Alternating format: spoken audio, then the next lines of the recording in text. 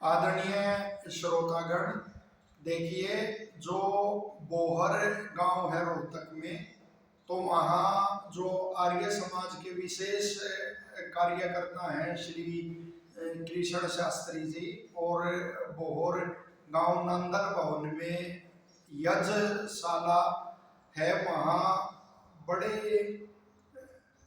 द्रुत गति से, बड़ी तीव्र गति से आर्य समाज की गतिविधियां चलती रहती हैं। तो आज उन्होंने एक वो भेजा हमारे पास संदेश, और उस संदेश में किसी जो निर्बुद्धि और दुष्ट बुद्धि व्यक्ति होता है, उसने आर्य समाज पे आक्षेप किए हुए हैं।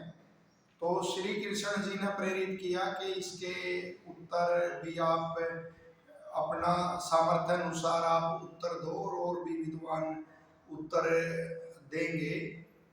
तो देखिए, वो आक्षेप किया हुआ है कि और अपने आप को जो हिंदू कहने वाले हैं, कुछ घुसपैठ कर लेते हैं जो हिंदुओं के नाम पे, जो वैदिक परंपराएं हमारी सनातन परंपराएं हैं, तो आर्य समाज को अपना हिंदू समाज से अलग दिखाने के लिए वो घुसपैठ करते हैं, और वो हिंदुओं के कदापि हितैषी नहीं हो सकते। ऐसे लोग बैरूपीय होते हैं, सभी को इनसे सावधान रहना चाहिए।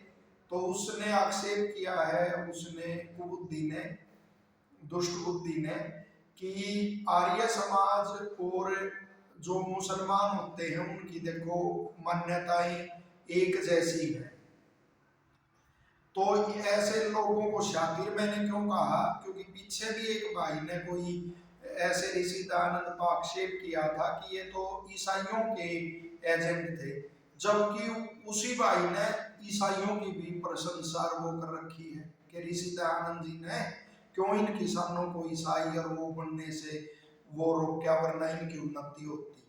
तो ऐसा ही ये कोई वो मिलेगा इनको। किसी अन्य जो विदेशी मत पंथ होते हैं उनसे इनको कुछ लेना देना नहीं होता, उनसे कभी भी ये टक्कर वो नहीं ले सकते तर्क वितर्क के रूप में।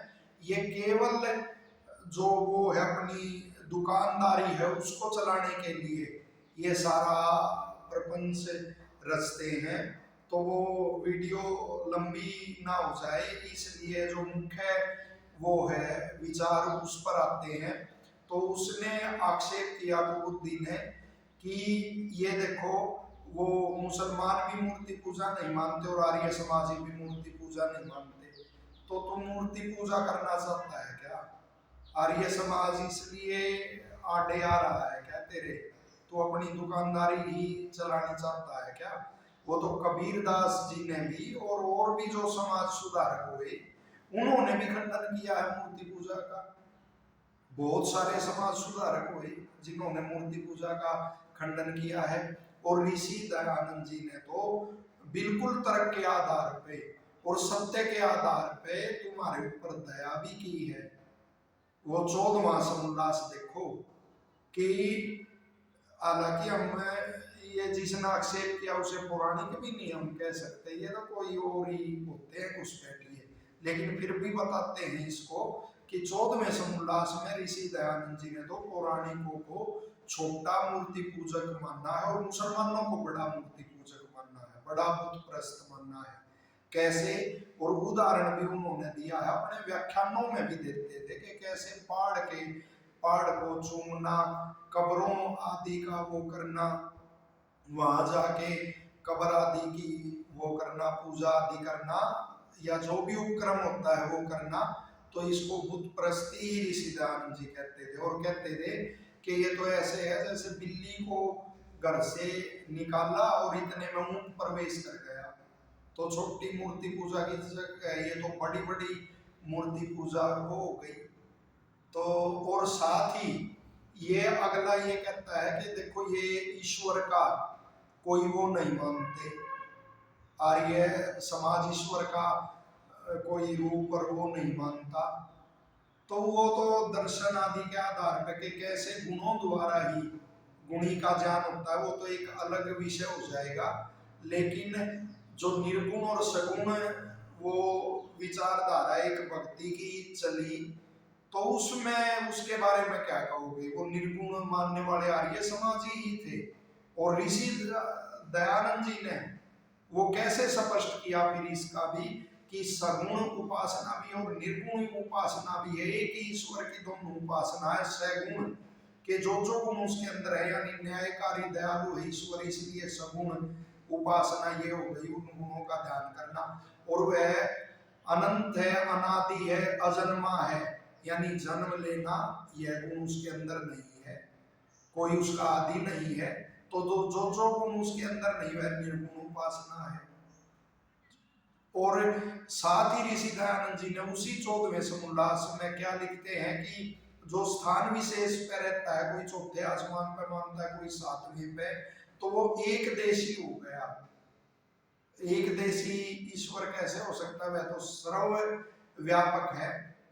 तो ये कैसे निर्बुद्धि ने और दुष्ट बुद्धि ने कहा कि ईश्वर इनका एक ही है, और तुम हो मुसलमानों के नजदीक, तो क्योंकि तुम भी स्थान विशेष पे मानते हो, कोई सतलोक में मान रहा है, कोई गोलोक में मान रहा है, कोई कहीं मान रहा है, तो भाई उनके नजदीक तो तुम हो आर्य समाज में। आर्य समाज तो जो हिंदू समाज है उसका सबसे बड़ा हितैषी है।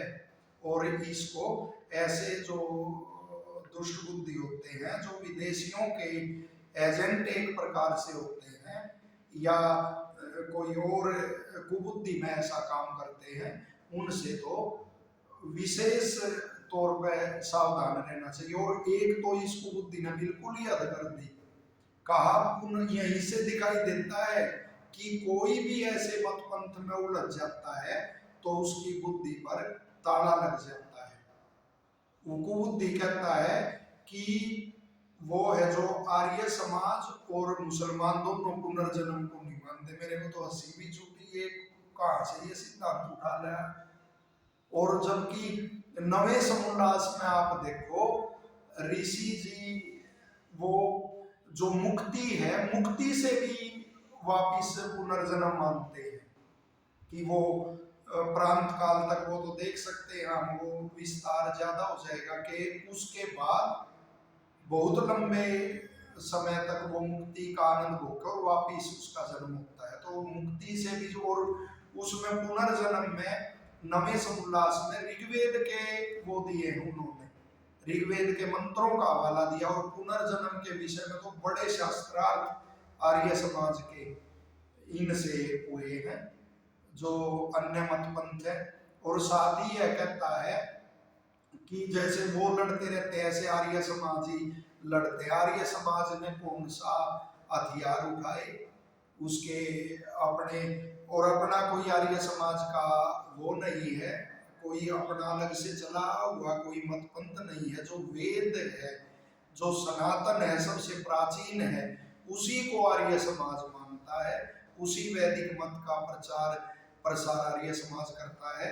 एक जगह जब ऋषि दयानंद जी को किसी ने कहा कि देखो वहाँ रास्ते में कोई प्रतिमा रूप में कोई ऐसे किसी ने ऐसा पत्थर रख रखा है, और आपका जानकार है कोई बड़ा वो है जो अधिकारी, आप उससे कह के उसको वहां से तुड़वा दो। तो ऋषि दयानंद जी ने कहा नहीं, कि इन्होंने जो मुस्लिम आक्रमणकारी थे कितने मंदिर और वो तोड़े, कि क्या हिंदुओं के हृदय से मूर्ति पूजा निकल गई?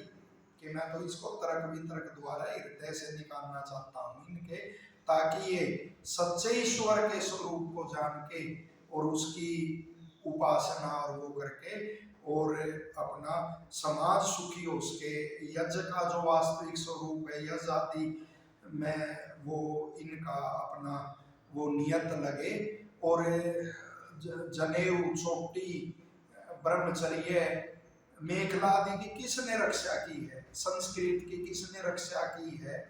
और जितनी भी सनातन परंपराएं हैं, गाय आदि से जितने भी जुड़े हुए विषय हैं, तो आर्य समाज ही उनकी रक्षा करता है। तो भाई ये जो धर्म के नाम पर अपनी वो दुकानें चलाना चाहते हैं, ठगी की दुकान वो भी, तो इनसे विशेष करके सावधान रहो और धिक्कार है ऐसे।